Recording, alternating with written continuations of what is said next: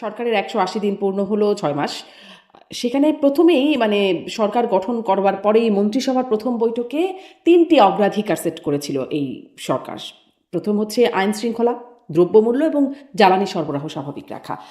এখন সেই অগ্রাধিকার দিক থেকে এবং এছাড়াও বাকি আরও অনেক কিছু বিষয়ে কথা বলবো যেগুলো নিয়ে সরকারের প্রতিশ্রুতি ছিল বা কাজ করবার কথা, কিন্তু এই ৩টি নিয়ে আগে কথা বলি। মানে অগ্রাধিকার যেটি সেট করলো সেটি আসলে কেমন মনে হচ্ছে আপনার কাছে পরিস্থিতি? ধন্যবাদ। আবারও বলি আপনাকে যে প্রসঙ্গটা খুব প্রাসঙ্গিক মনে হচ্ছে। ১৮০ দিন খুব বেশি সময় নয়, কিন্তু আজকাল একটা সমস্যা হচ্ছে কি, ধরেন যে আমরা যখনই কথা বলি আমাদেরকে যারা দেখেন বা শোনেন তারা আসলে দুটি ভাগে বিভক্ত, ভেরি ক্লিয়ার, দুটো ভাগে বিভক্ত। এক ভাগকে আপনি কোনোভাবেই সন্তুষ্ট করতে পারবেন না যদি অন্য ভাগ সন্তুষ্ট হয়, অর্থাৎ হয় এ ভাগ অসন্তুষ্ট অথবা অন্য ভাগ অসন্তুষ্ট। তো আমি এই কারণেই প্রথমে শুরু করতে যেটা বলতে চাচ্ছি যে 180 ডেজ এটা বাংলাদেশের জন্য কোনো দীর্ঘ সময় নয় এবং কাউকে পরিমাপ করার জন্য যথেষ্ট সময় নয়, কোনো সরকারকে তো নয়।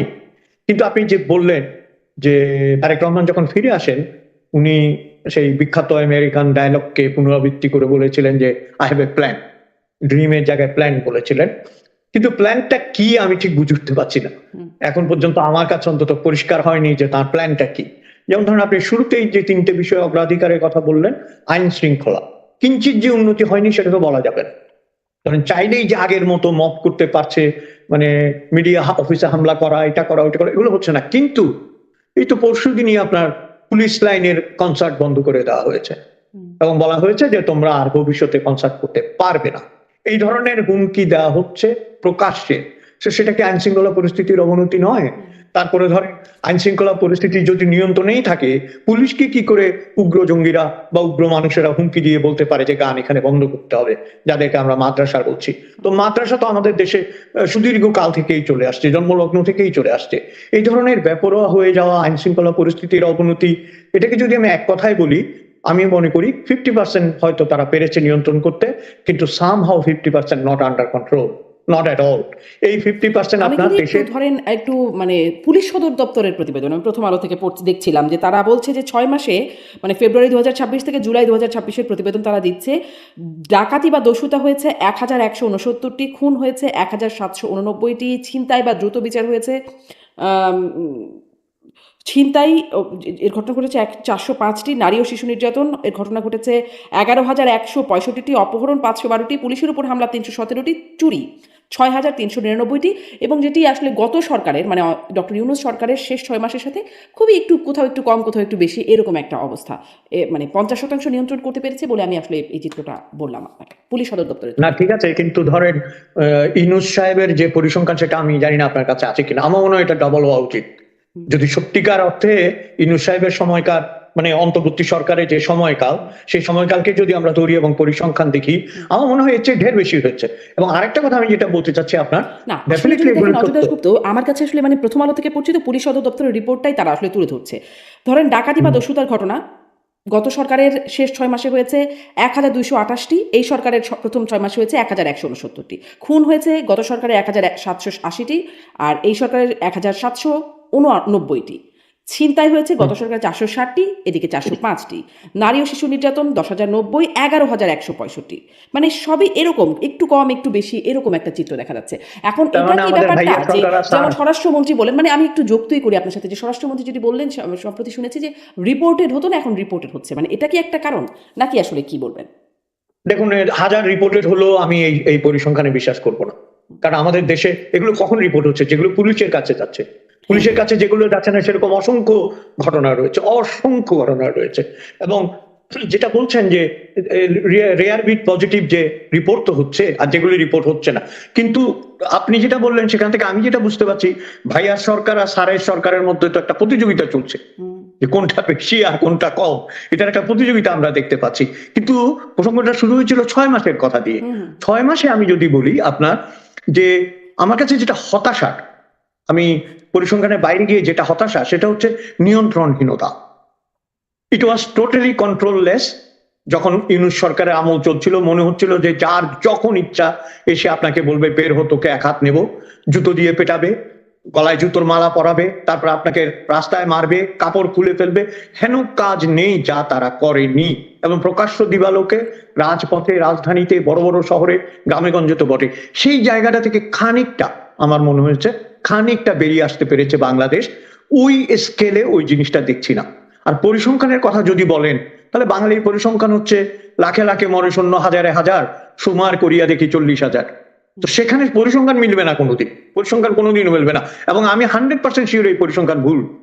এবং প্রথম আলো যখন দিয়েছে এই পরিসংখ্যান উদ্দেশ্য প্রণোদিত ভাবে ভুল। কারণ প্রথম আলো এ পর্যন্ত যা করেছে, আমি কোনো মিডিয়ার বিরুদ্ধে বলতে চাই না, ওখানে আমার অজস্র বন্ধু কাজ করেন এবং মতি ভাইও আমার পছন্দের একজন, অপছন্দের নন তিনি, পছন্দের একজন মানুষ, কিন্তু প্রথম আলো যা করে ডেলিভারেটলি করে। প্রথম আলো জায়গা মতো আপনার পরিসংখ্যানের সংখ্যা বাড়াবে, পরিসংখ্যানের সংখ্যা কমাবে। প্রথম আলোর রিপোর্টকে আমি আমলে নিতে রাজি নই। প্রথম একজন আলো পুলিশ সদর দপ্তরের রিপোর্টটা তুলে ধরছে, পুলিশ সদর দপ্তরের রিপোর্ট, তাহলে হয়তো ঠিক আছে, কিন্তু প্রথম আলোর রিপোর্ট হলে আমি নিতে রাজি নই, সরি। আমি একটু বাকি আর যেটি মানে আইন শৃঙ্খলা, তারপরে সরকারের যে প্রতিশ্রুতি দ্রব্যমূল্যের ব্যাপারে দুটো একসাথে মিলিয়েই বলি, কারণ দ্রব্যমূল্যের সাথে জ্বালানি সংকটের মানে একটা সংযোগ তো আছেই। বাণিজ্য মন্ত্রী নিজেই বলছেন দ্রব্যমূল্যে তিনি সন্তুষ্ট নন, আর জ্বালানি সংকটের পেছনে এই সরকার তাদের কোনো দায়ী দেখছে না। আসলেই তো আন্তর্জাতিক একটা বাস্তবতা আছে, এবং তার সাথে সাথে এই সরকার বলছে যে এটি বিগত মানে স্বরাষ্ট্রমন্ত্রীর বক্তব্য শুনছিলাম, জ্বালানি সংকট বিগত ফ্যাসিবাদী সরকারের রেখে যাওয়ার সমস্যা। স্বরাষ্ট্রমন্ত্রী বলছেন, কিছুদিন আগে মুক্তিযুদ্ধ বিষয়ক মন্ত্রী সহ মন্ত্রীরা বলছেন আর কি, যে এটি শেখ হাসিনার জ্বালানি নীতির কারণে হয়েছে। এটা নিয়ে একটু আপনার বিশ্লেষণ শুনুন। আমি একটা কথা বলি আপনাকে, আমাদের দেশে যখনই কেউ সরকারে আসে না, তখন তার মাথাটা আউলিয়া যায়, মানে তার মাথাটা পাগল হয়ে যায়। কি যে বলে, এই কথার কোনো অর্থ নেই। অন্তর্বর্তী সরকারের আমলে কিন্তু বিদ্যুতের এই সংকট ছিল না।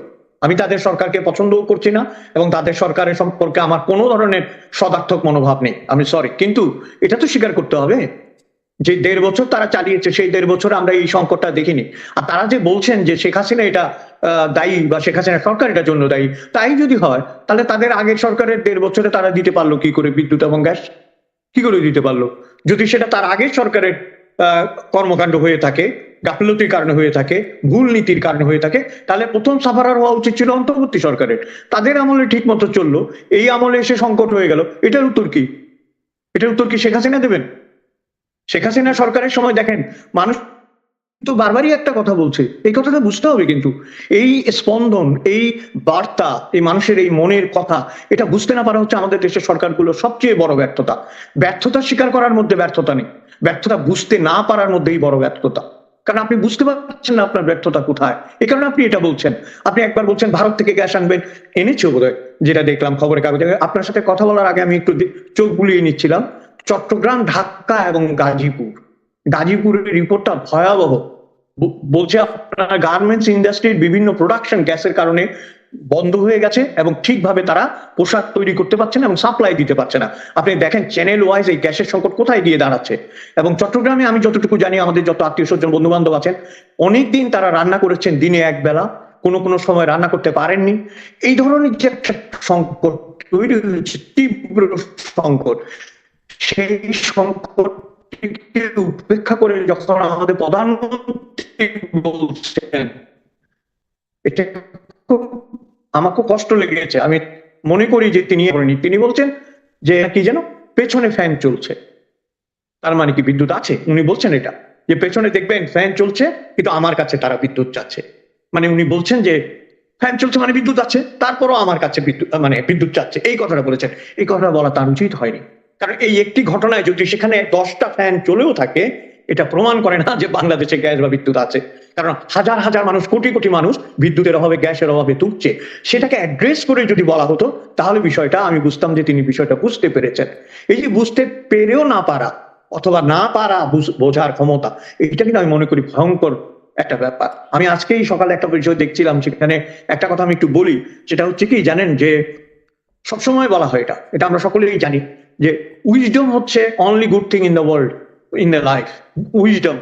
আর ইগনোরেন্স হচ্ছে the most evil in the life. আমরা ইগনোরেন্স দিয়ে তো আমরা কেউ দেশ চালাতে পারবো না। মানে যারা দেশ চালা, তাদের যে উইজডম আমরা আশা করছি, সরকার বলছে তো তাদের কোনো বিন্দু মাত্র দায় নেই এই গ্যাস সংকট বা জ্বালানি সংকটের পেছনে। মানে এই কথাটা কি আসলে অসত্য?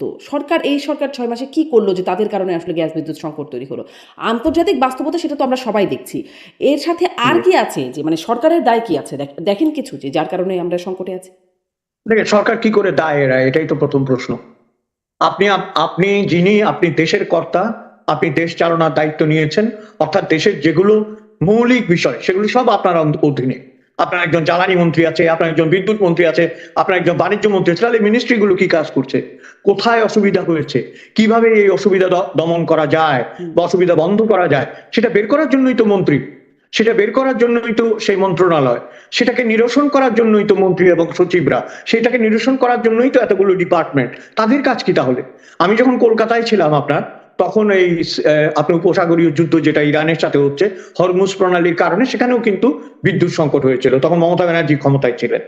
আমি দেখলাম ওদের তো আর জাদু নেই না, ওরাও আমাদের মতো উইদিন এ উইক ওটা কন্ট্রোল করেছে তারা, উইদিন এ উইক। যে রেস্টুরেন্ট গুলো বন্ধ হয়ে গিয়েছিল সেই রেস্টুরেন্ট গুলোকে অন্যভাবে ডেভেলপ করেছে, বলছে এই খাদ্যের পরিবর্তে এই খাদ্য বানাও যেখানে তেল কম লাগে। দেখেন পরিকল্পনাগুলো কি, বলছে তুমি তেল জাতীয় যেগুলো উন্নয়নে ইয়ে করতে হয় সেগুলোর পরিবর্তে রেডি খাবার যেগুলো এবং কি কি যেন ওইগুলো দিয়ে করো। তারপর নানা জায়গায় আপনার শিল্প খাতে যেখানে গ্যাস বেশি ব্যবহার হয় সেটাকে রিডিউস করিয়েছে। What I am saying in fact যে একটা পরিকল্পনার প্রয়োজন, কোথায় রিডিউস করতে হবে, কোথায় দিতে হবে, তাই না? এবং আপনি বিপণী বিতান সাজিয়ে রাখবেন, গার্মেন্টসে বিদ্যুতের সংকট হবে, গার্মেন্টসে বিদ্যুতের সংকট হবে, সেটাকে আপনি বাঁচিয়ে রেখে মানুষকে বিদ্যুৎ দেবেন, আবার মানুষের খাদ্যের সংকট হবে। এগুলোর মধ্যে সরলীকরণ করলে তো চলবে না। এটা যে বলছেন যে সরকারের দায় নেই, হ্যাঁ সরকার হয়তো মোটার আগে এই বিদ্যুৎ সংকটের জন্য দায়ী নয়, কিন্তু এর পরিকল্পনা বাস্তবায়ন এবং বিদ্যুৎ সংকটের অভাবের জন্য তো সরকারই দায়ী। মানুষ তাহলে কাকে দায়ী করবে? জি, মানুষ কাকে দায়ী করবে মানে সরকার কাকে দায়ী করছে সেটা একটু যদি দেখেন, যে সরকার তো আসলে আন্তর্জাতিক যে বাস্তবতা সেটা তো আসলে আছেই, বাস্তবতা সেটি সবাই আমরা দেখছি। তার সাথে সাথে ফ্যাসিবাদী আমলের বা বিগত আমলের রেখে যাওয়া সমস্যার কথা এই সরকার উল্লেখ করছে, সরকারের মন্ত্রীরা বলছেন। মানে আমি বিশ্লেষকদের বেশ কয়েকদিন ধরেই তো সমস্যাটা চলছে, বেশ প্রকট অবস্থায় চলছে। আপনি বলছিলেন শিল্প কারখানা যেভাবে বন্ধ হয়েছে, ফলে মানে ব্যাপক একটা অবস্থা দেশে বিরাজ করছে, খারাপ অবস্থা। ফলে যে এটি ফলো করতে গিয়ে যেটি দেখছিলাম যে মানে বিশ্লেষকরা বলছেন যে আমদানি নির্ভরতা বেড়েছে, নিজস্ব ও গ্যাস অনুসন্ধান সেটি আসলে আগের সরকারের বড় একটা সময় ছিল, সেটি করা হয় নাই। সাথে সাথে আরেকটা বিষয় এটি তুলে ধরছেন যে একটা এফএসআরইউ হয়েছিল আওয়ামী লীগ সরকারের সময়, যেটি সামিট গ্রুপের সাথে হয়েছিল, কিন্তু ডক্টর আচ্ছা, ইউনূস সরকার যেহেতু আওয়ামী লীগ সরকার করেছে এবং সামিট গ্রুপের সাথে করেছে, সেটি বন্ধ করে দেওয়া হলো, কিন্তু তার কোনো বিকল্প খোঁজা হলো না। ফলে এখন আসলে যখন একটি টার্মিনাল দুর্ঘটনা কবলিত হলো, তখন আর আমাদের হাতে কোনো বিকল্প নাই, এরকম একটা অবস্থার মধ্যে পড়ে গেল। ফলে দায় যখন দেখছি শুধু ফ্যাসিবাদী আমলেরটা দেখছি, ইউনূস সরকারের আমলেরটা কেন দেখছে না? মানে হামের ক্ষেত্রেও মানে তখনও ফ্যাসিবাদী সরকারের দায় দেখেছিল, ইউনূস সরকারেরটাও দেখেছিল, কিন্তু ব্যবস্থা বা জবাবদিহিতা দেখা যায় নাই। মানে দায় দেখাতে কোনো মানে এক পেশি ভাব আছে কি? অবশ্যই এক পেশে ভাব। আপনি যে যুক্তিগুলো দিয়েছেন সেখানেই তো এক পেশে ভাবটা মূর্ত হয়ে উঠেছে। এবং আরেকটা বিষয় যেটা বলছেন আপনি, যে কে কাকে দোষারোপ করলো, কে কাকে দায়ী করলো, এর চেয়ে কি জরুরি নয় সমস্যা সমাধান? আপনি দায়ী করলেন ইউনূস সাহেবকে, ইউনূস সাহেব দায়ী করলো ফ্যাসিস্ট গভর্নমেন্টকে, এবং আপনি ফিরে এসে আবার ওই সাইক্লিক অর্ডারে ফ্যাসিস্ট সরকারকে দায়ী করছেন। দেশে একটা সমস্যা হয়েছে কি জানেন, মানুষ তো বোকা নয়। তাহলে মানুষ কেন বারবার বলছে যে আমি আগে ভালো ছিলাম? বেশি দিন লাগেনি তো, 1.5 বছরের মধ্যে মানুষ বলা শুরু করেছে যে আমরা আগে ভালো ছিলাম, আগে গ্যাস ছিল, আগে বিদ্যুৎ ছিল। ফ্যাসিস্ট আমলে যদি বিদ্যুৎ গ্যাসের সংকটই হয়ে থাকে, তাহলে সেই আমলে মানুষ গ্যাস ও বিদ্যুৎ পেলো কি করে? সামান্য সমস্যা যে হয়নি, একটু একটু সমস্যা যে হয়নি তা তো নয়, সমস্যা সেখানে তখনও হয়েছে, কিন্তু এই স্কেলে তো হয়নি। তখন তো ইরান যেভাবেই হোক যুদ্ধ আপনি হচ্ছিল না, হরমুজ প্রণালীতে এই সমস্যা হচ্ছিল না। কেবলমাত্র ইরান যুদ্ধের জন্য যদি হয়, তাহলে পুরো এশিয়া এবং পুরো পৃথিবীতেই তো তার প্রভাব পড়ার কথা, তাই না?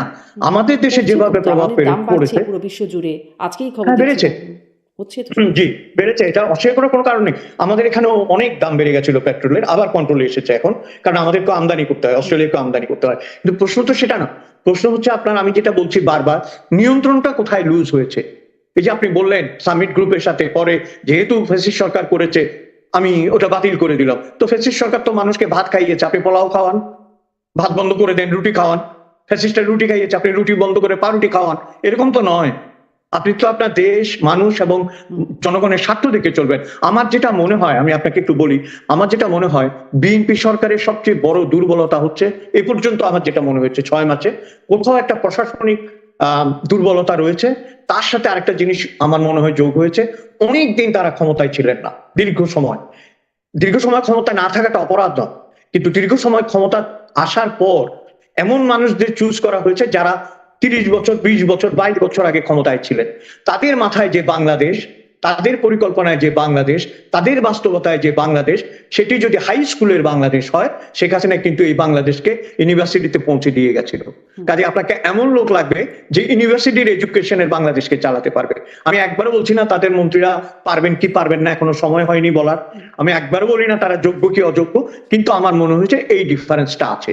উনি একটা মানে শেখ হাসিনা ধরেন তিনি পালিয়ে গেছেন, তিনি স্বৈরাচার, তিনি ফ্যাসিস্ট, আমি সব বিষয়ে দ্বিমত করবো না, ডেফিনেটলি তাকে চলে যেতে হয়েছে, কিন্তু তিনি এমন একটা জায়গায় তুলে দিয়ে গেছিলেন যেটাকে যদি আমরা ইউনিভার্সিটি লেভেল ধরি, তাহলে হাই স্কুলের টিচারের ইউনিভার্সিটি লেভেলে পড়ানোর জন্য আরেকটু যোগ্যতার প্রয়োজন আছে, অথবা অনুশীলন প্রয়োজন রয়েছে। ধরেন আমার মনে হয়। এই সরকারের মন্ত্রিসভা বা যাদেরকে আসলে বাছাই করেছে, দায়িত্ব দেওয়া হয়েছে, তারা আসলে হাই স্কুল লেভেলে, মানে আপনি কি এটা বলছেন যে শেখ হাসিনা সরকার যাদের বাছাই করেছিলেন তারা সব মানে তারা অধিকতর যোগ্য লোক মানে প্রশাসনিক দায়িত্ব সহ বিভিন্ন দায়িত্বে ছিল? আমি এই কথা বলিনি, আমি যেটা বলতে চাচ্ছি সে সময় যারা চালিয়েছেন তারা একটা সেট আপের মধ্যে ছিলেন, দীর্ঘ সময় ক্ষমতায়, কিন্তু প্রথম 2 বছর যদি তারা স্ট্রাগলও করেন, 5 বছরে তারা বুঝে গেছেন কোথায় কি করতে হবে। পরের 5 বছরে ওই জায়গাটা নিয়ন্ত্রণে চলে এসেছিল, তারপরের 5 বছর তো হাতের কাজ, আমি তো জানি কি করতে হবে। এবং আরেকটা জিনিস খেয়াল করতে হবে, আমরা যেভাবেই দেখি না কেন আওয়ামী লীগ যাদেরকে চুজ করেছিল তাদের মধ্যে আপনি যদি, এখন তো নানা প্রশ্ন উঠবে, মানি লন্ডারিং, এটা সেটা, কারচুপি, দুর্নীতি ইত্যাদি ইত্যাদি, এগুলো সব যদি আপনি এক পাশেও সরিয়ে রাখেন, তারা যে দেশটা ভালো চালিয়েছিল, অন্তত দেশটাকে সঠিক জায়গায় চালাতে পেরেছিল, সেটা তো জনগণই বলছে। আমি আপনি তো বাইরে থেকে বলার দরকার নেই, জনগণই বলছে যে ফিরিয়ে দাও অরণ্য লও হে নগর, তোমার এই নগর আমার প্রয়োজনই নাই, কারণ এই নগরে গ্যাস নাই, এই নগরে বিদ্যুৎ নেই, এই নগরে কেরোসিন নেই। কিন্তু আগে যিনি ছিলেন তিনি সামহাও সেটা ম্যানেজ করতে পেরেছেন। যদি আপনি এটাকে কম্পিটিটিভ হিস্ট্রি ধরেন বা কম্পিটিটিভ অ্যানালাইসিস ধরেন, then they were better than this until now, এখন পর্যন্ত। এটা তো স্বীকার করতে হবে। এখন কোন গ্রুপ ভালো কোন গ্রুপ খারাপ আমি সে কথাই বলছি না, কিন্তু আমি বলছি আগের গ্রুপটা কোয়ালিফাই করেছিল।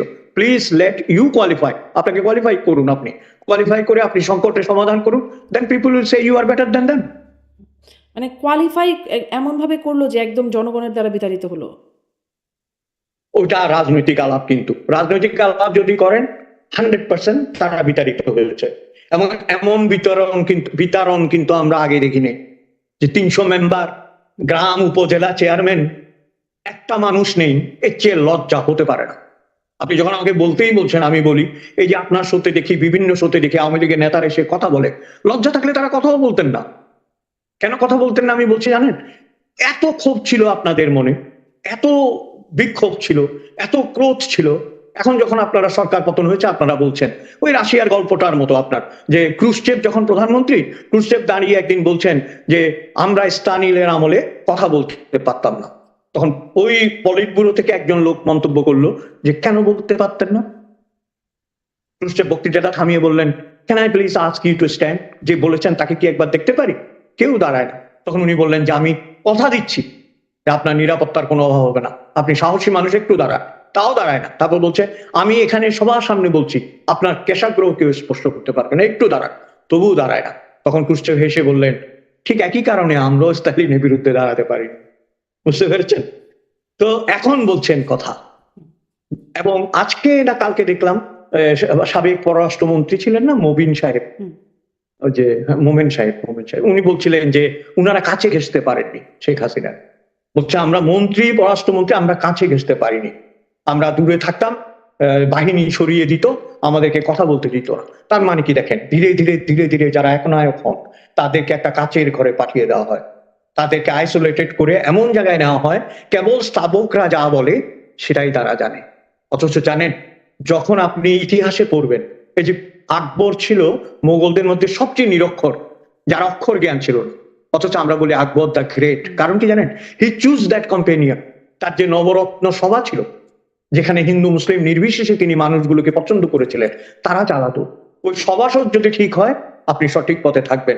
একটা ছোট্ট ইয়ে দিয়ে শেষ করি, সেটা হচ্ছে আপনার একটা চীনের একটা প্রবাদ আছে, পাখি যে আকাশে ওড়ে, পাখি যে জোট বাঁধে, কিভাবে জোট বাঁধে জানেন? পালক দেখে। অন্য পাখির পালক দেখে ও বুঝতে পারে ওটা ওর সাথে যাবে কিনা। এইটুকু তো আমরা আগের সরকারের আমলে তারা পারেনি। তো তাদের পতন হবে না তো কাদের পতন হবে? জি। একটু আসি সরকারের কথা, মানে আলোচনা করছিলাম ১৮০ দিনের কর্মপরিকল্পনার অংশ হিসেবে একটা মানে বেশ কিছু বিষয় আছে, যেমন বিভিন্ন কার্ড দিয়েছে এই সরকার।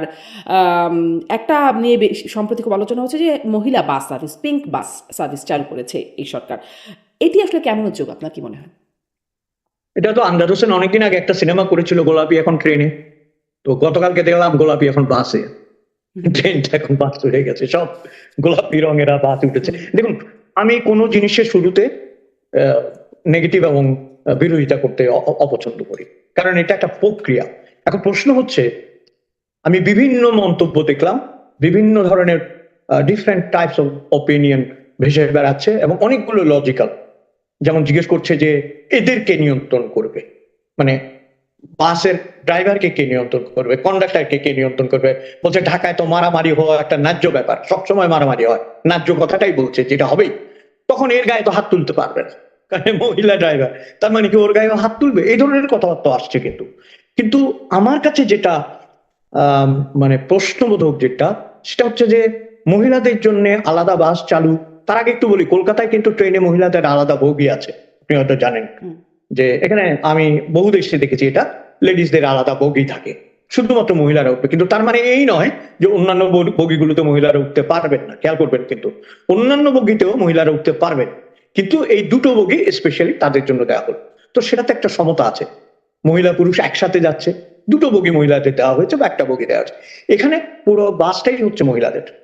তো এটার পেছনে ধরেন আমরা সন্দেহ করছি কেন, যারা সন্দেহ করছে তাদের কারণ হচ্ছে পুরো দেশটাতেই কিন্তু মহিলা এবং পুরুষকে ভাগ করে ফেলা হচ্ছে, এবং মহিলাকে নানাভাবে ক্ষুদ্রতে ক্ষুদ্রভাবে ভাগ করা হচ্ছে, জেন্ডার ওয়াইজ ভাগ করা হচ্ছে, তারপরে পোশাক ওয়াইজ ভাগ করা হচ্ছে, তার বয়স ওয়াইজ ভাগ করা হচ্ছে, নানা ধরনের। এবং এইটাকেই আমরা কিন্তু প্রচ্ছন্ন মৌলবাদ বলি।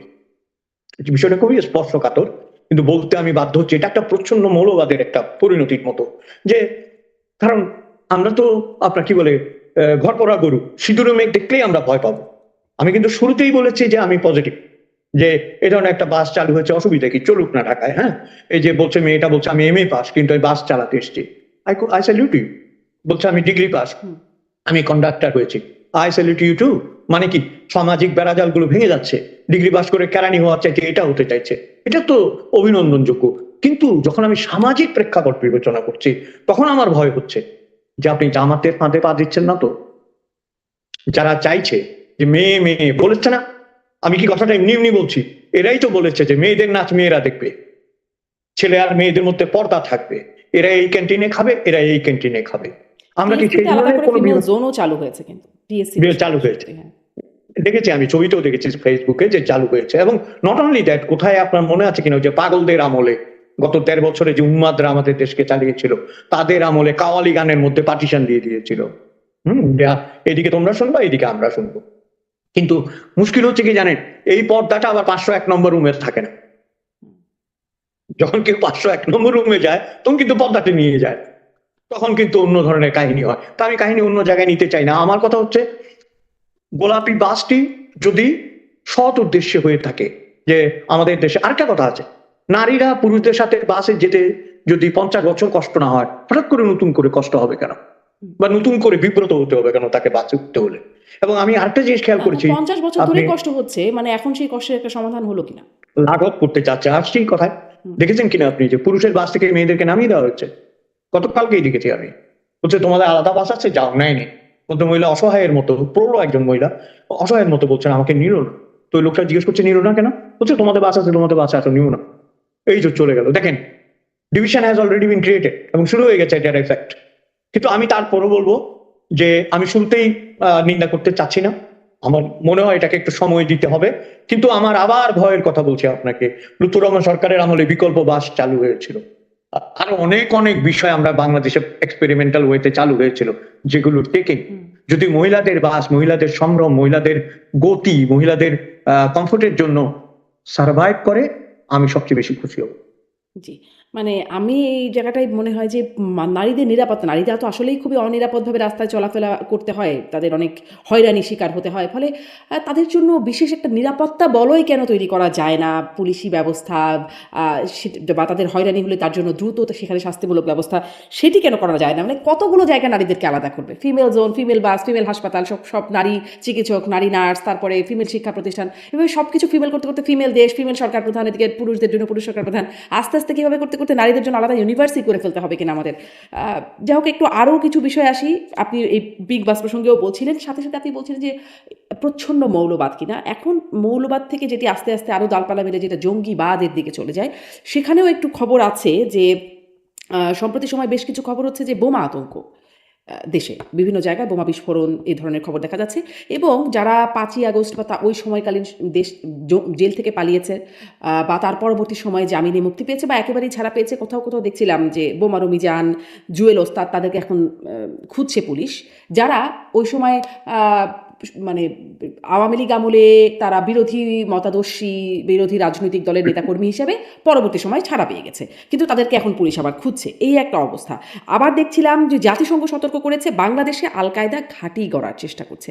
আরেকটু বলি, স্বরাষ্ট্রমন্ত্রী যিনি আগেই বলেছিলেন যে দেশের জঙ্গিবাদী তৎপরতা নেই, ফ্যাসিবাদী আমলে রাজনৈতিক ফায়দা হাসিলের জন্য জঙ্গিবাদ শব্দটি ব্যবহার করা হতো, যিনি এটি বলেছিলেন, তিনি আসলে এই জাতিসংঘের এই সতর্কতাটাকেও আমলে নিচ্ছেন না। আসলে কি মনে হয়, জঙ্গিবাদ, জাতিসংঘের যে সতর্কবার্তা, বোমা আতঙ্ক, কি অবস্থায় দেশ? দেখুন, জাতিসংঘ তো খামাখা একটা সতর্কবার্তা দেবে না। তাদের কাছে নিশ্চয়ই এ বিষয়ে কাগজপত্র আছে, প্রমাণ আছে, নাহলে এতদিন পরে তারা হঠাৎ করে বলছে কেন যে তোমার দেশে জঙ্গিবাদ হয়েছে। এখন দেখেন, এটাও তো একটা ভীষণ স্পর্শকাতর বিষয়, এগুলো নিয়ে কথা বলাও কিন্তু বিপজ্জনক। কিন্তু আমি যে কথাটা পরিষ্কার করে বলতে চাই, বাংলাদেশে জঙ্গিবাদ কি নতুন কিছু? শেখ হাসিনা এটাকে নিয়ন্ত্রণ করতে পেরেছিলেন সামহাও। তার কঠোর মনোভাব, তার সরকারের ইন্টারন্যাশনাল পলিসি এবং তার সরকারের যে যারা কাজ করেছে মাঠ পর্যায়ে, তাদের নিশ্চয়ই ঐকান্তিক ইচ্ছা ছিল, যে কারণে এগুলোকে দমন করা গিয়েছিল। কিন্তু তারপরও হলি আর্টিজান থামানো যায়নি, তারপরও আপনার মতিঝিলে যে শাপলা, সেটা থামানো যায়নি। তারপরে অনেক কিছু ছিল দেশে, অনেক অনেক, সেগুলো কঠোরভাবে নিয়ন্ত্রণ করা হয়েছিল। আমি মনে করি এই সতর্কতাকে যিনি উপেক্ষা করছেন কিংবা বলছেন সত্য নয়, তিনি আমাদের মঙ্গলের জন্য বলছেন না। কারণ বাংলাদেশে এটা নতুন করে বলার কোনো প্রয়োজন পড়ে না মৌলবাদ আছে কি নেই। আপনার যে হারে মূর্তিগুলো ভাঙা হয়েছে, দেখেন সেখানেও কি আইরনি, কি ধরনের একটা কৌতুক। বলছে আমরা মূর্তি আমাদের জন্য হারাম, ভাস্কর্য আমাদের হারাম, এই কথা বলে বঙ্গবন্ধুর মাথার উপর উঠে তাকে জুতো দিয়ে মারা হয়েছে। দেখেছেন লজ্জা? এই লজ্জার বিপরীতে জুলাই জাদুঘরে মূর্তি স্থাপিত হয়েছে। এটার ব্যাখ্যা কি? কিসের ব্যাখ্যা এটা? আপনি ওই জায়গায় বলছেন আমি মানি না, এই জায়গায় আপনি তার মূর্তিকে বলছেন এটা হালাল। এটা অদ্ভুত না? এবং আরেকটা যে বলি আপনাকে, যে জঙ্গিবাদের কথা আপনি যেটা বলছেন, অন্তত 101টা প্রমাণ আছে যে বাংলাদেশে জঙ্গিবাদের প্রভাব আছে, জঙ্গি আছে, ছদ্মবেশে হোক আর প্রত্যক্ষ হোক আছে। এবং ইউনূস সরকার, অর্থাৎ যেটা অন্তর্বর্তী সরকার, তারা যখন প্রথমে আসলো, টোটালি ললেস একটা কান্ট্রি, সেখানে সবাইকে মুক্ত করে দেওয়া হয়েছিল জেলখানা থেকে। ওরা কোথায়? আপনি যেটা নিজেই বললেন, পুলিশ তাদের খুঁজছে। কতগুলোকে খুঁজবে, কতগুলোকে ধরবে? এরা সবগুলো দাগি। হিজবুত তাহরীর কথা আপনি জানেন, বিভিন্ন প্রতিষ্ঠান আছে, এবং এরা যে কোনো সময়, এরা ইউনিফাইড। আমি ইউনিফাইড না, আমরা হচ্ছে স্বতন্ত্র স্বতন্ত্র স্বতন্ত্র, খালি ভাগ ভাগ ভাগ। এরা কিন্তু ইউনিফাইড, এক কথায় এরা এক হয়ে যাবে। এবং আমরা যদি সত্যি আমাদের দেশকে ভালোবাসি, আমাদের কাছে সবচেয়ে বড় থ্রেট হচ্ছে এই জঙ্গিবাদ বাংলাদেশের। এবং যে কথাগুলো আমরা এতক্ষণ ধরে বলেছি, তার মধ্যে একটা কথা লুকিয়ে নেই, যে সব মানুষের অন্তরে, বিশেষ মানে সব বলবো না, সরি, অধিকাংশ যুবক যুবতী এবং যাদেরকে আমরা নিউ জেনারেশন বলি, তাদের ভিতরে একটা পরিবর্তন ঘটেছে। ধর্মের নামে, ধর্ম উন্মাদনার নামে, ধর্ম ব্যবসার নামে এমন একটা বীজ ঢুকিয়ে দেওয়া হয়েছে যে বাংলাদেশে, আমি মনে করি ব্যক্তিগতভাবে, এটা বলা অত্যন্ত সংকট, মানে আমি মনে করি সংকটের মধ্য দিয়ে যেতে হবে আমাদেরকে, যদি এটা না করি। কারণ বাংলাদেশের আন্তর্জাতিক বাস্তবতা, ভৌগোলিক বাস্তবতা, প্রতিবেশী সুলভ বাস্তবতা এবং জঙ্গিবাদ একসাথে যায় না। Afghanistan is a different country, তার বর্ডার গুলি অন্য দেশের সাথে। আনফরচুনেটলি আমাদের বর্ডার, অর ফরচুনেটলি আমাদের বর্ডার আইদার ইন্ডিয়া অর বার্মার সাথে। আমাদের কিন্তু ভুগতে হবে যদি আমরা নিয়ন্ত্রণ না করি। আপনি বলছেন যে এই যে নতুনদের মধ্যে বা নতুন প্রজন্মের মধ্যে একটা বীজ ঢুকিয়ে দেওয়া হয়েছে। কিন্তু আবার এটাও বলছেন শেখ হাসিনার সময় আসলে নিয়ন্ত্রণ করা গেছিল। এই তরুণরা তো বা নিউ জেনারেশন জেন জি যাদের কথা বলছেন তারা তো আসলে জন্ম থেকে বড় হওয়া মানে আসলে সেই ১৭ বছরের সময়কালীন বা অন্তত বেড়ে ওঠাটা সেই সময়কালীন। ফলে বীজ ঢুকিয়ে দেওয়া হলে তো তাই সেই সময়টাতেই হয়েছে। মানে তাহলে আসলে ঠিক শেখ আছে, হাসিনা কি আমি নিয়ন্ত্রণ করতে আমি পারত? আপনাকে আমি আমি আশা করছিলাম এটা আপনার কাছে। আসলে এই গত যে ১৭ বছর বা ১৬ বছর তারা রাজত্ব করেছেন, তারা এই কালসাপ পুষেছেন। ফনা তুলতে দেননি, কিন্তু পুষেছেন। কিভাবে পুষেছেন? এটার একটা ব্যাখ্যা হওয়া উচিত। কিভাবে পুষেছেন? ইনস্টিটিউশন গুলো করেছেন, শক্তি দিয়ে দমন করে পুষেছেন।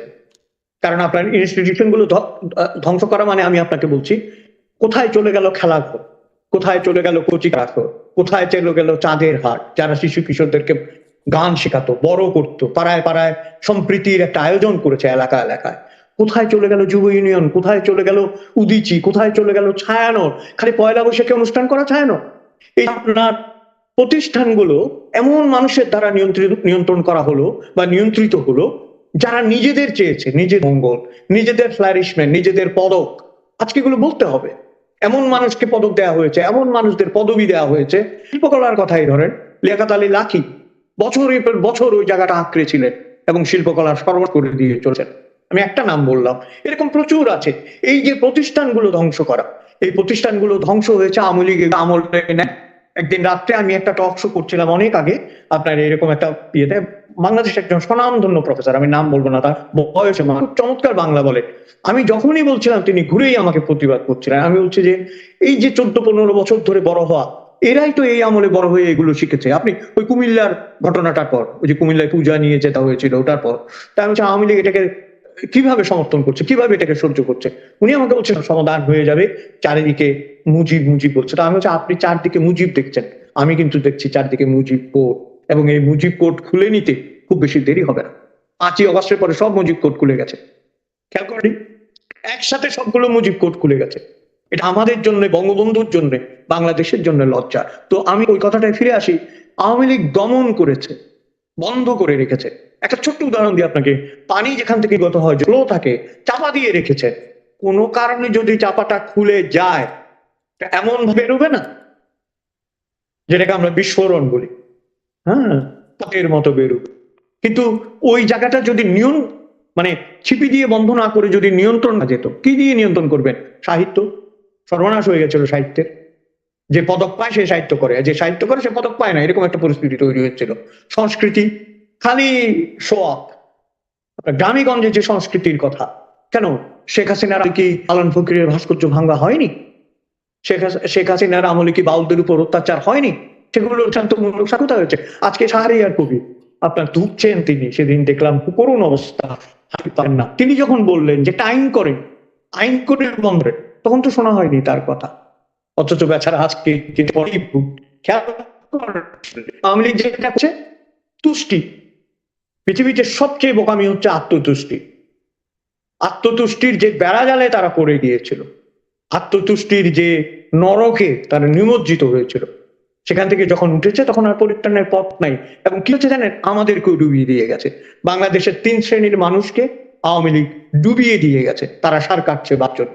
প্রথমত যারা প্রগতিশীল মুসলমান অথবা প্রগতিশীল সংখ্যাগুরু, যারা সংখ্যালঘু হিন্দু বৌদ্ধ খ্রিস্টান, ৩ শ্রেণীর মানুষকে তারা নরকে আর নিমজ্জিত তৃতীয় করে শ্রেণী চলে কাকে গেছে। বললেন? একটু নেটওয়ার্কের সমস্যা শুনলেন। আওয়ামী লীগ যারা করে, আচ্ছা। যারা রাজনৈতিকভাবে আওয়ামী লীগের বা মুক্তিযুদ্ধের সমর্থক, তাদেরকে। তো আপনি দেখেন, কিন্তু আমি যদি এখন নির্মম ভাবে বলি, আপনি পরিবার, আপনার পরিবারের সকল মানুষ, আপনার সমস্ত নেতা নিরাপদে চলে গিয়েছেন, এবং যেখানে আছেন সেখানে আর যা কিছুর অভাব থাক, টাকার অভাব আছে শুনি নেই, কিন্তু যারা আছেন তাদের কথা ভাবেন। এবং আমি আপনাকে একটা কথা, আপনি যখন প্রসঙ্গ তুলেছেন, আমি নির্মম ভাবে বলছি, you can't win a war with a defeated soldier. আপনি পরা সেনাপতি দিয়ে যুদ্ধ জয় করতে পারবেন না, আপনার স্ট্র্যাটেজি বদলাতেই হবে। জি, পরাজিত সেনা দিয়ে আসলে যুদ্ধ জয় করা যায় না, একটা মানে এই পরামর্শ তারা নেন কিনা দেখা যাক। কিন্তু তারা বলছেন এই মানে তারা আসলে পরামর্শ নিচ্ছেন কিনা আপনি নিশ্চয়ই সেটাও পর্যালোচনা করছেন, যে তারা বলছেন তারা ফিরবেন, মানে শেখ হাসিনা বলছেন ডিসেম্বরের মধ্যেই ফিরবেন, আগেও ফিরতে পারেন। এখন এই তার যে সেনাপতিদের দল, সেখানে তো কোনো পরিবর্তন দেখা যাচ্ছে না। তাহলে কি পরাজিত সেনাদেরকে দিয়েই আসলে আবার নতুন করে চেষ্টা করছেন? আর সেই বাস্তবতা আসলে কতটা এখন সত্যিকার অর্থে আছে যে ডিসেম্বরের মধ্যে দেশে ফিরবে? দেখুন, আমি প্রথমে কথা বলি, যে কোনো মানুষ যিনি বাংলাদেশে জন্মগ্রহণ করেছেন তার দেশে ফেরার অধিকার আছে, হুম, তিনি যেই হন না কেন। কারণ আপনি আমেরিকায় থাকেন, আপনি জানেন যে যারা যে দেশে জন্মগ্রহণ করে তাদেরকে চাইলে দেশ বের করে দিতে পারেন, কারণ তাহলে তো সে কান্ট্রিলেস হয়ে যাবে, পরিচয়হীন হয়ে যেতে পারে। আমার দেশের যে মানুষ, শেখ হাসিনাই হোক আর তসলিমা নাসরিনই হোক আর মৃত দাউদ হায়দারি হোক, সকলেরই অধিকার ছিল, আছে এবং থাকবে দেশে যাওয়া। কিন্তু ক্ষেত্রটা ঘটেছে, তাকে তো আইনের মোকাবেলা করতে হবে। কারণ তিনি চলে যাওয়ার প্রায় 3 বছর হতে চলেছে, তাই তো? 2.5 বছর 3 বছর হতে চলেছে, হোয়াটএভার। এই সময় অনেক কিছু পরিবর্তন হয়েছে এবং আরেকটা বাস্তবতা তো মানতেই হবে। যতই বলেন যে হেলিকপ্টার দিয়ে আসুক, হেলিকপ্টার নিয়ে আসুক, কিন্তু আপনার আগের হেলিকপ্টার যাত্রাগুলোর সাথে হেলিকপ্টার যাত্রাটা মেলে? হুম, তখন তো গার্ড নিয়ে গেছেন, তাই না? তার মানে আপনি রাষ্ট্রীয় ক্ষমতায় ছিলেন, তখন ওখানে ফুলেল বা বরণ করাচ্ছে জাতীয় সঙ্গীত দিয়ে, কারণ আপনি ক্ষমতায় ছিলেন। এইবার আপনি যতভাবেই বলেন আপনাকে পালিয়ে যে আমরা অ্যাকসেপ্ট করি, এখন ফিরে আপনাকে আইনের আওতাতেই তো ফিরে আসতে হবে। এবং এখানেই কিন্তু বাংলাদেশকে চারটি নির্ভর করছে। আপনি হয়তো জানেন যে প্রায় ঠিক হয়ে গেছিল যে তারেক রহমান 20-21 তারিখে হুম, হুম, আপনার ভারত সফরে যাচ্ছে। দিল্লি যাবে। হুম, আমি তো অবাক হয়েছিলাম, 21শে আগস্টে গ্রেনেড হামলা দিবসের দিন তিনি দিল্লি থাকবে, এটা আমার কেমন জানি মাথায় কাজ করছিল। 21শে আগস্টই তো গ্রেনেড হামলা দিবস, তাই না? যেটা আগামীকাল। কিন্তু 5ই আগস্ট যখন মানে প্রাক্তন প্রধানমন্ত্রী যখন কনফারেন্স করলেন অডিও হুম, বক্তৃতায়, প্রেক্ষাপট বদলে গেল। এখন দেখেন, একটু বিস্তারিত যদি বলি, ভারতের একটা বড় দেশ, আগে তার প্রতিবেশীগুলি দেখেন আপনি। শ্রীলঙ্কার সাথে সম্পর্কটা ওকে, মানে একটা টিক, ওকে, এখন ওকে আছে। নেপালের বালেন শাহ, যে তরুণ প্রধানমন্ত্রী, he took 5 months to see Indian ambassador. 5 মাস পরে দেখাচ্ছেন তিনি, দেখাই করেননি।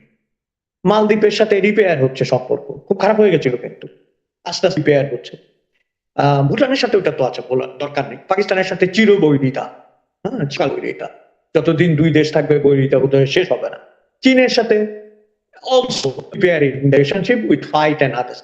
কাজেই ভারতের পররাষ্ট্রনীতি আমার মনে হয় একটু বড় প্রয়োজন আছে। বহু বছর আগে আপনারা দালাই লামাকে আশ্রয় দিয়ে একবার তিব্বতের সাথে পক্ষে নিয়ে অনেক কিছু ঘটে গেছে। এখন অবশ্যই আপনি হাসিনাকে আশ্রয় দিয়েছেন, তার প্রাণ করেছেন, কৃতজ্ঞতা।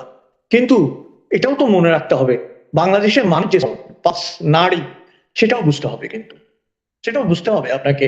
কারণ আপনি যদি সৎ সম্পর্ক চান, আমি একবারও বলছি না যে শেখ হাসিনাকে তারা খুনিদের কাছে হস্তান্তর করুক, নো। কিন্তু এমন একটা সম্মানজনক পর্যায়ে আসতে হবে, সেটা সম্পর্কটার কথা এমন সম্মানজনক পর্যায়ে আসতে হবে যেখানে আমাদের প্রধানমন্ত্রী, অবশ্য ভারতের মধ্যে আবার এটাও বলেছে যে আসলে তাকে যথাযোগ্য সম্মান এবং স্মরণীয় অভ্যর্থনা জানানো হবে। স্মরণীয় অভ্যর্থনার কথা আসছে কেন? যেটা যথোপযুক্ত সেটা পাবে না। হুম, আমি যাব আপনার দেশে, আপনি ঠিক যেভাবে অন্যদের বরণ করেন আমাকেও করবেন। স্মরণীয় বলার আপনি যে এক্সট্রা ক্রেডিটটা দিতে যাচ্ছেন, তার মানে ইউ হ্যাভ সাম উইকনেস। আপনি কথাটাকে কাটিয়ে স্মরণীয় কথাটা বলতে চাচ্ছেন। যাই হোক, আমি কঠিন না করে কথাটা প্রাঞ্জল ভাবে বলি যে ভারতকে এই ব্যাপারে অগ্রণী ভূমিকা পালন করতে হবে। কারণ বাংলাদেশে এই কোনো কারণেই হোক, এনটি আওয়ামী লীগের যে সেন্টিমেন্ট গড়ে উঠেছে এবং সাধারণ মানুষের মধ্যে এখন পর্যন্ত চলে যাওয়া সরকার সম্পর্কে যে মনোভাব রয়েছে, সেই মনোভাবগুলো তাড়াতে হলে পজিটিভ মনোভাবের কোনো এখন কোনো ভারতকে বিকল্প কি নেই। করতে হবে, মানে এবং ভারতের জন্য কি করতে পারে? তাদেরকে যে উদ্যোগটা নিতে হবে। এখন তো ভারতকে বেশ তৎপর দেখা যাচ্ছে। দিনেশ ত্রিবেদী আসছেন, তারেক রহমানের সাথে দেখা করার সাথে সাথে আবার মোদির সাথে গিয়ে দেখা করছেন। খুব যে আপনি বললেন যে অভ্যর্থনা দেওয়া হবে, উষ্ণ অভ্যর্থনা পাবেন, সেটি বলা হচ্ছে, বা খুবই তারা অধীর আগ্রহে অপেক্ষা করছেন, এই ধরনের শব্দ তারা ব্যবহার করছেন তারেক রহমানকে নেবার ব্যাপারে। মানে তাদের আসলে কি করতে হবে অগ্রণী ভূমিকা পালনের ক্ষেত্রে বলছেন? তাদের কি করতে হবে এটা বলার মতো কেউ নেই, অন্তত ব্যক্তিগতভাবে। কিন্তু আমি যেটা মনে করি, তারা যেটা না করতে পারতেন সেটা না করে হতো। যেমন 5ই আগস্টের বিষয়টা, আপনার এখানে আশ্রয় নিয়ে কিন্তু আমি অডিওতে সারা পৃথিবীকে বলেছি, হুম, আমি একবারও বলছি না ভালো খারাপ, আমি বলছি অপর প্রান্তে যিনি আছেন, তারেক রহমান বা বাংলাদেশ আসবেন, তাদের মনোভাবটা বুঝতে হবে না? আপনি তো তাদের সাথে আলোচনা করতে যাচ্ছেন, তাই না? তো তাদের ডিজায়ারটা কি? তারা তো আপনাকে আশ্রয় দিতে নিষেধ করেনি, আশ্রয় আপনি দিয়ে ফেলেছেন, এবং সেখান থেকে কিভাবে মানে নিরাপদে প্রত্যাবর্তন করতে পারে সেটা বরং হওয়া উচিত। সেই পর্যন্ত ধৈর্য ধারণ করা, সে পর্যন্ত বিষয়গুলো অন্যভাবে হ্যান্ডেল করা, এটা তো ভারতের কূটনীতির অংশ। আমি আপনি বলার কি, তার কূটনীতির অংশ। কিন্তু যে কথাটা বাংলাদেশ বলেছে, ইট গট মেরিট। আমি মনে করি এটা পয়েন্ট আছে। আপনি একদিকে বলতে দিচ্ছেন, আবার আমাকে বলছেন স্মরণীয় দেবেন, তাহলে তো আমার তো দুটো কথা দিচ্ছেন। এটা বলার অধিকার আছে তার। কিন্তু আমি আবারও বলছি, শেখ হাসিনা যদি সেইভাবে কথা বলতে পারেন, তাহলে তাকে উন্মুক্ত করে দেওয়া হোক সেখানে। ওকে ফাইন, তিনি তারপরে তার গ্রহণে যাবে, না গেলে নাই। দ্বৈততা নয়, স্বচ্ছতা। আমি তাকে আশ্রয় দিয়েছি, রাজনৈতিক আশ্রয়, তিনি এখান থেকে কথা বলবেন, দ্যাটস ইট। তুমি আসলে আশ্রয়, এটা তো বলছেন না, এটা বলেন। অথবা বলেন যে না, আমি আশ্রয় দিয়েছি কিন্তু রাজনৈতিক কর্মকাণ্ড নাই, তোমার সাথে আটা হবে, কিভাবে প্রত্যাপন করা যায়। আপনি উই ভারতের নিড এ কথা ক্লিয়ার বলছেন। ভার্সন। হ্যাঁ, ভারতের কথা বলছেন যে ভারত আসলে জি। একটা মানে খুব স্বচ্ছ অ্যাপ্রোচ দিচ্ছে না। বাংলাদেশের ব্যাপারটা আসলে আপনি কিভাবে দেখছেন? যে বাংলাদেশে আপনি বলছিলেন যে ৫ই আগস্টের পরে পরিস্থিতি চেঞ্জ হলো। কিন্তু তারপরে তো আবার একটু আমরা ধরুন ১৪-১৫ তারিখের খবরও যদি দেখি, বিবিসি বলছে যে তারেক রহমানের ভারতে যাওয়ার প্রস্তুতি প্রায় নিশ্চিত। ডেইলি স্টার বলছে, বাংলাদেশি ডেইলি স্টার সহ আরও কিছু পত্রিকা এবং ভারতের গণমাধ্যমগুলো তো বলছেই যে ২০ থেকে ২৫ আগস্টের মধ্যে ভারতে যেতে পারেন, সফরে যেতে পারেন তারেক রহমান। এটা হচ্ছে এই সময়ের খবর। কিন্তু তারপরে দেখা গেল এনসিপির নাহিদ ইসলাম, আসিফ মাহমুদ সজীব ভুইয়া তারা বললেন যে ভারতে যেতে পারবেন না, গেলে গাদ্দারি হবে বাংলাদেশের জনগণের সাথে। এবং তারপর তার দুদিন পরে আবার পররাষ্ট্র মন্ত্রণালয় জানাচ্ছে যে অনুকূল পরিবেশ তৈরি হতে হবে, ভারতকে যেতে হলে শর্ত হিসেবে আছে শেখ হাসিনাকে ফেরত দিতে হবে।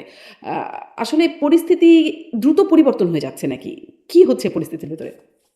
হ্যাঁ, এবং এখন পর্যন্ত কিন্তু আমরা যখন কথা বলছি, আমরা শিওর না তিনি যাবেন কি যাবেন না, আমরা কিন্তু জানি না, কারণ অনেকগুলো নিউজ কিন্তু।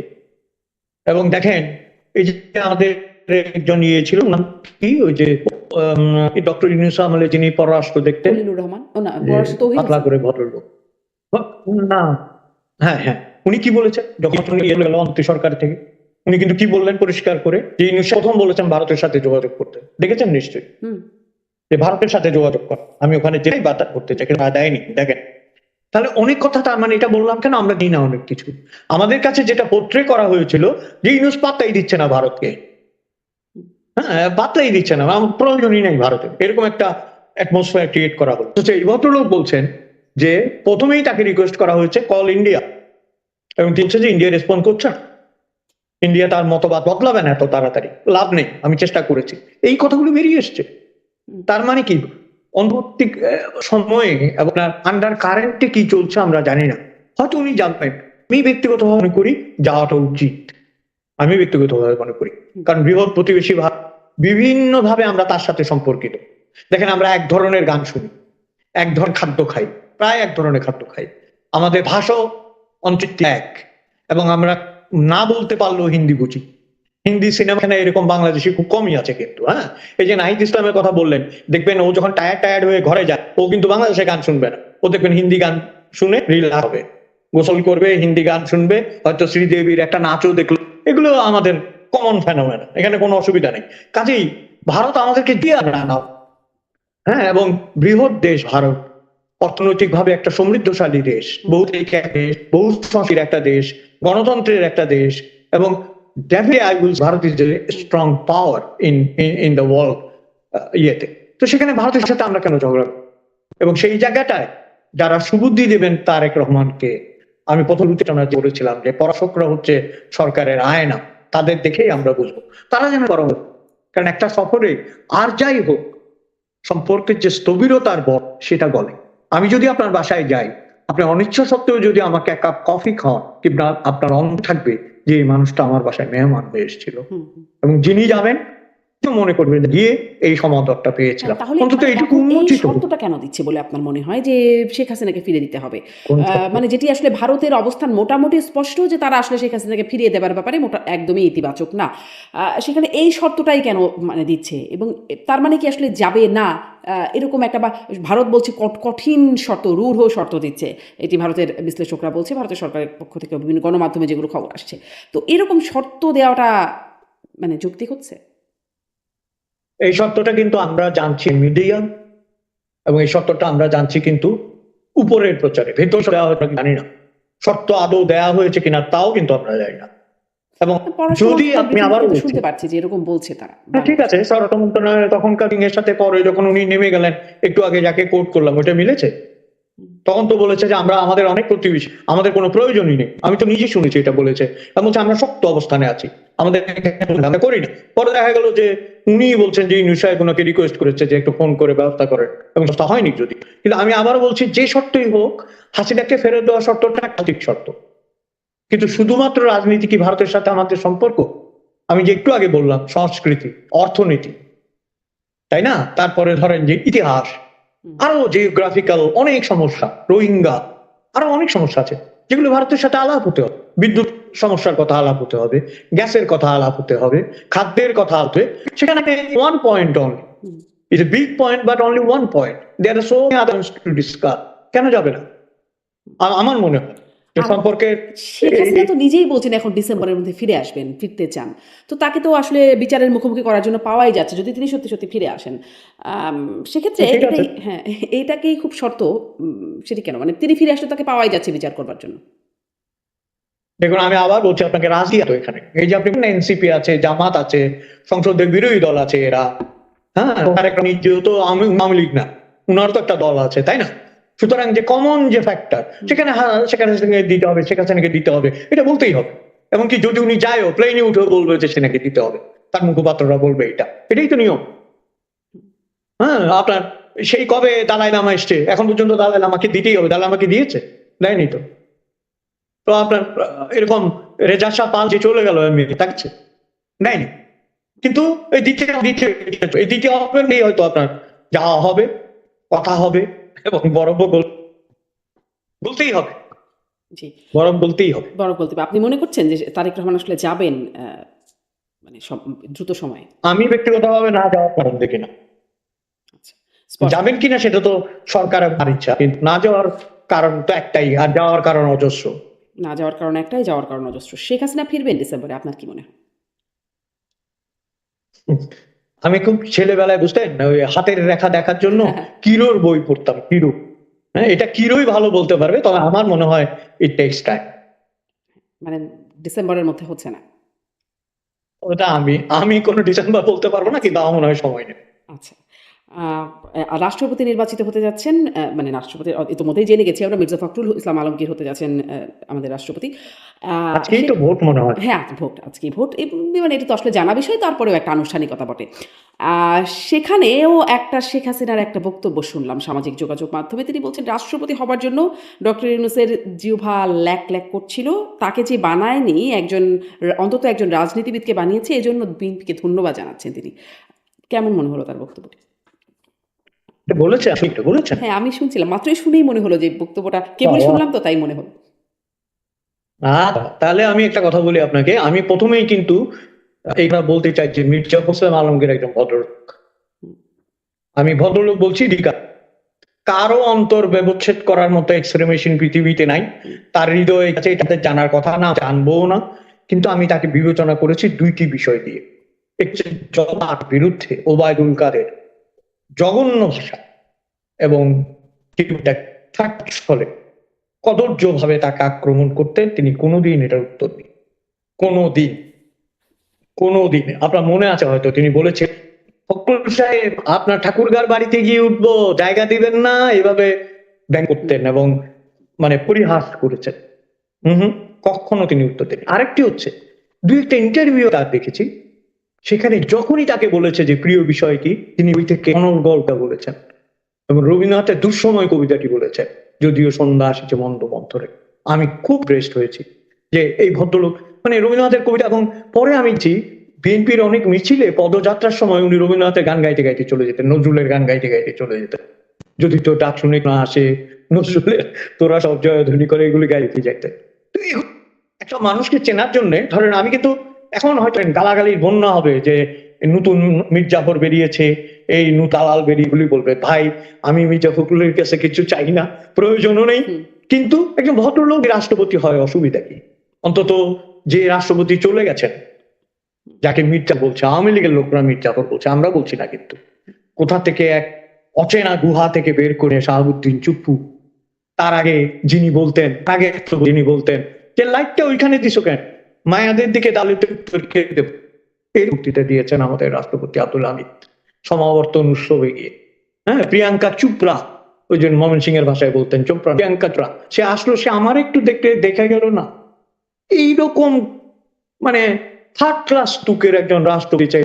মির্জা ফখরুল নিঃসন্দেহে একজন ভালো মানুষ। শেখ হাসিনা যেখানে তাকে অভিনন্দন জানিয়েছেন বলছেন, সেখানে আমার মার্জনা ক্ষমা করবে বিহাররা, আমিও তাকে অভিনন্দন জানাচ্ছি। অনেক ধন্যবাদ অজয় দাশগুপ্ত। অনেকগুলো বিষয়ে সরকারের 180 দিনের মধ্যে অনেকগুলো ঘটনা আছে, সবগুলো বিষয় না হলেও অনেকগুলো বিষয়ে কথা বলবার সুযোগ হলো, যেগুলো অন্ততপক্ষে এই সময় আলোচিত ও সমালোচিত সেই বিষয়গুলো। ধন্যবাদ আপনাকে যুক্ত হবার জন্য। আপনাকেও ধন্যবাদ। ধন্যবাদ দর্শক আপনাদের সবাইকে এতক্ষণ সাথে থাকার জন্য।